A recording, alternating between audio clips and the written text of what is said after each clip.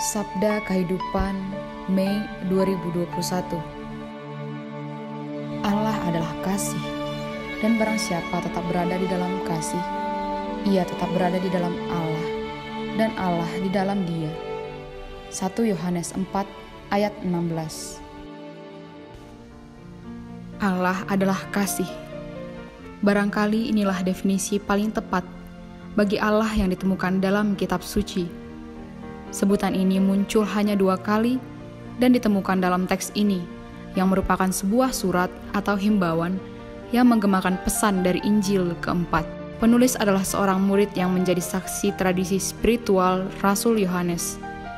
Dia menulis kepada jemaat Kristiani di abad pertama yang sayangnya sudah menghadapi salah satu ujian paling menyakitkan, yaitu perselisihan dan perpecahan, baik dalam hal iman maupun kesaksian. Allah adalah kasih. Dalam dirinya sendiri, Dia menghayati secara penuh persekutuan sebagai Tritunggal dan melimpahkan kasih ini kepada ciptaannya. Kepada mereka yang menyambutnya, Dia memberikan kekuatan untuk menjadi anak-anaknya dengan DNA-nya sendiri, mampu untuk mengasihi.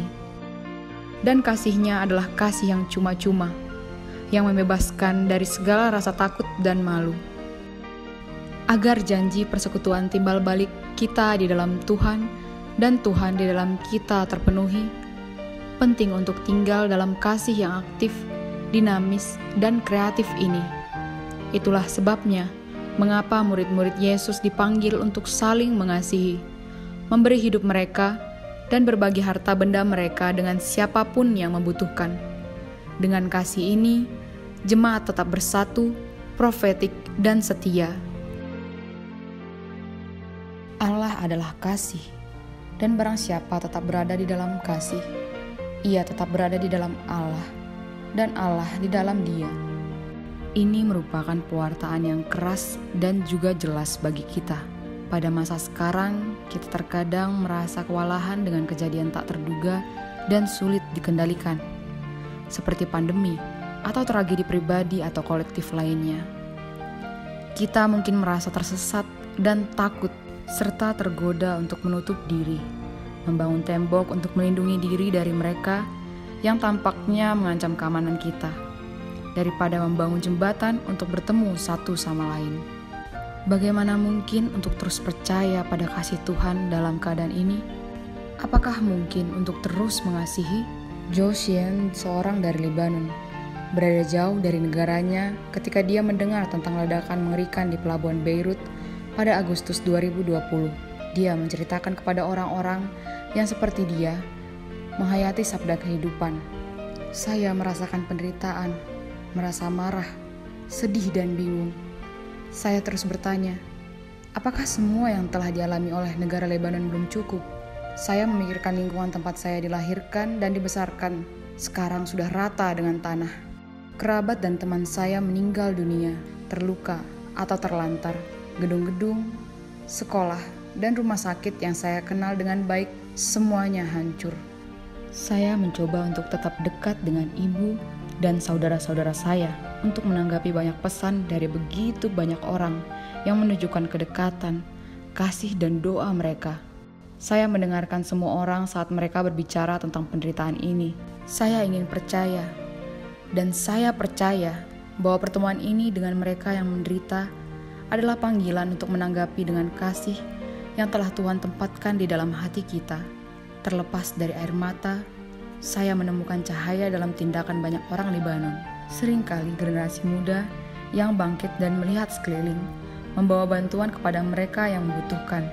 Harapan lahir kembali dalam diri saya, melihat keberadaan kaum muda yang ingin secara serius terlibat dalam politik, karena mereka yakin bahwa solusinya adalah jalan dialog sejati, harmoni, dan menemukan bahwa kita adalah saudara dan saudari. Allah adalah kasih, dan barang siapa tetap berada di dalam kasih, ia tetap berada di dalam Allah, dan Allah di dalam dia. Pendiri Gerakan Focolare, Chiara Lubich, menawarkan kepada kita sebuah saran berharga yang bisa membantu kita dalam mempraktekkan kata-kata Injil ini. Salib tidak dapat dipisahkan dari kemuliaan. Yesus tersalib tidak dapat dipisahkan dari Yesus yang bangkit. Keduanya adalah dua aspek dari misteri Allah yang adalah kasih. Setelah mempersembahkan penderitaan kita kepada Tuhan, mari kita berusaha untuk tidak memikirkannya lagi, tetapi melakukan apa yang Tuhan inginkan dari kita, dimanapun kita berada. Mari berusaha untuk mengasihi orang-orang di sekitar kita. Jika kita berbuat demikian, kita akan mengalami efek yang luar biasa dan tak terduga. Jiwa kita dipenuhi oleh kedamaian, kasih, sukacita yang murni, serta terang. Dan diperkaya oleh pengalaman ini, kita akan bisa membantu saudara dan saudari kita secara lebih efektif untuk menemukan kebahagiaan di tengah air mata, untuk mengubah masalah mereka menjadi ketenangan. Dengan demikian, kita akan menjadi sarana kegembiraan bagi banyak orang, kegembiraan yang dirindukan oleh setiap hati manusia. Allah adalah kasih, dan barang siapa tetap berada di dalam kasih, ia tetap berada di dalam Allah, dan Allah di dalam dia.